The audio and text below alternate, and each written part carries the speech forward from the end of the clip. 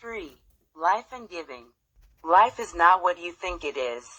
It has nothing to do with your haves or have-nots, nor has it anything to do with what you aspire to have. Life is what you are and how you live it. Live each day as if it is the only day you have to live, and you will live your very best, because the best is here and now.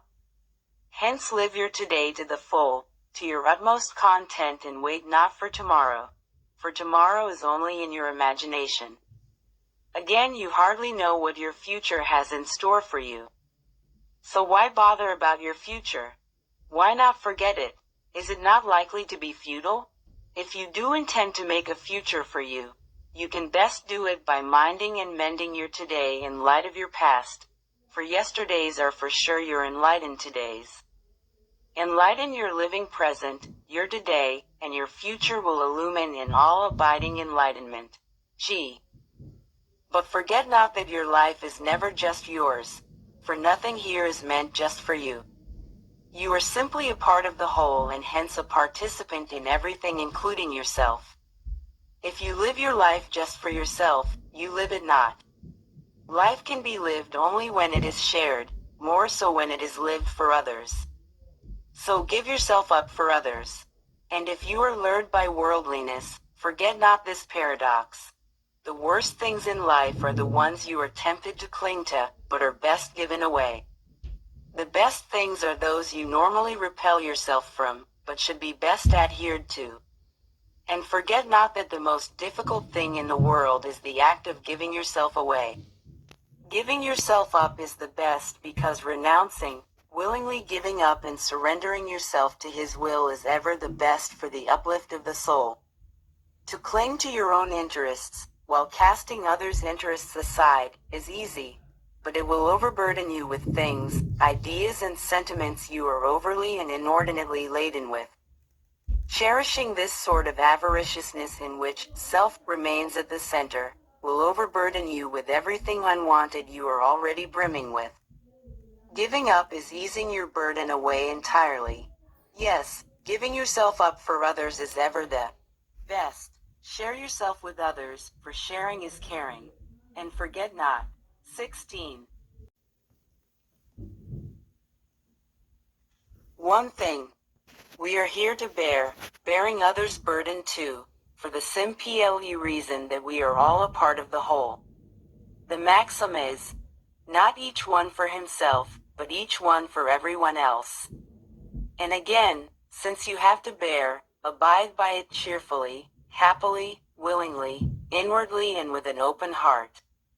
Yes, accept everything that confronts you without grumbling, without complaining, and with neither fear nor timid ity. For where fear and timidity is, selfishness is in full bloom. Selfishness will allow you neither to share nor to care. Where murmur and complain rules, complacence willingly departs and complacence takes its place.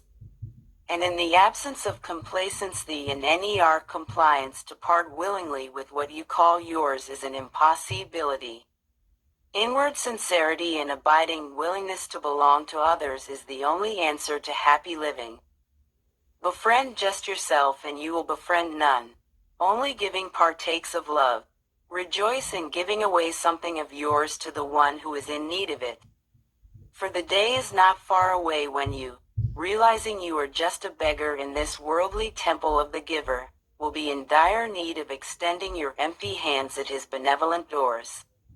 Start imparting lavishly and with a caring heart, lest you should be ashamed of receiving from the great giver when your time comes. The more I give of myself to others, the more do I realize that I am but a pauper not having enough to part with. And then, like someone lost in the wilderness looking for a way out, I look around me in the vain hope of having something I can bestow to the needy. This gives me enough to peep into the penury of my heart, and I feel ashamed of myself. For having nothing to part with, a realization dawns upon me, making me aware of my impotence, my foolhardiness. For now do I realize that with nothing to impart, the right to demand or even to extend my empty hands to receive I have not, for only the one who gives has the right to receive. And to think of me as a lender, Oh no, let me not indulge myself, O my master, into the blasphemy of being a lender, for I fain would be a beggar at thy door.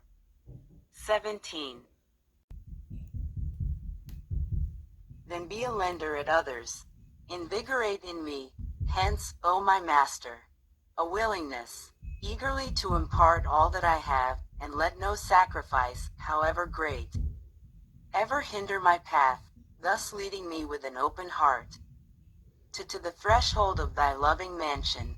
Let my heart come to thee, O my most benevolent, in an all-abounding humility, and an eagerness, to offer myself to thee, with the clear understanding, that where sacrifice rules supreme, love knows no bounds. Alan, Eddie and Ned.